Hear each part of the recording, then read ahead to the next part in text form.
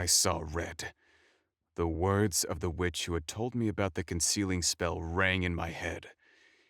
He was hurting someone. He was hurting a child.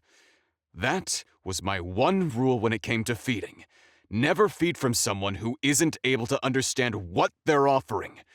Not the mentally disabled, not children, not intoxicated people, not the elderly. The punishment was death. It wasn't my fault. I said it as a joke, and her mom just let me. I didn't know how to handle it when she took my joke seriously. Her mom insisted on triple the payment and let me have the girls, so I fed on her. He insisted. You tell her you were only kidding, and no one feeds on a child. What kind of parents would let that happen? Is her mother an addict? I asked, livid.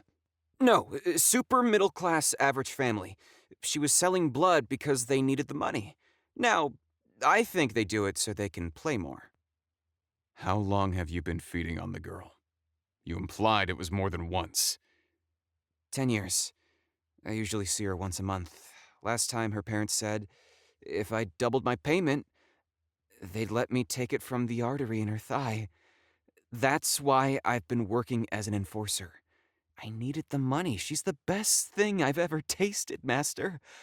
I was addicted from the first drop. It's been hell these last couple months trying to earn it. Springer whined. I snarled. How many others feed on her?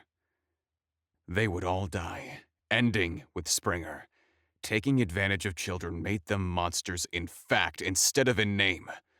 I wouldn't allow myself, my bloodline, or my people be tied to creatures who would do that.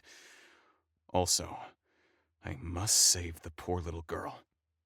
Silence is the broker. She'd know who else, but she doesn't know that we book with the mom and feed on the kid. Silence just thinks the mom is popular because she's AB negative. It's harder to find here, Springer said. Until I take care of this, you will stay in town. Spells won't work this time. If you run, I will tie you to a tree and let the sun take you. Do you understand? I said in a deadly tone. Yes, Master. Take me to my house, I ordered, and he led the way to his car, which was now mine as well. We drove through the city to an upper-class neighborhood. Houses were large and spaced far apart. He pulled up to a gated driveway and pressed a button on the visor to open the gate. There were security cameras on the stone posts that the iron gate was attached to. The long driveway was lined with trees. Lamps were dotted along the path, but they weren't lit. As we approached the house, I was even more impressed. It was a large colonial-style house. The entry was vast with a marble staircase and marble floors. Nothing was on the walls, and he made no move to turn on a light.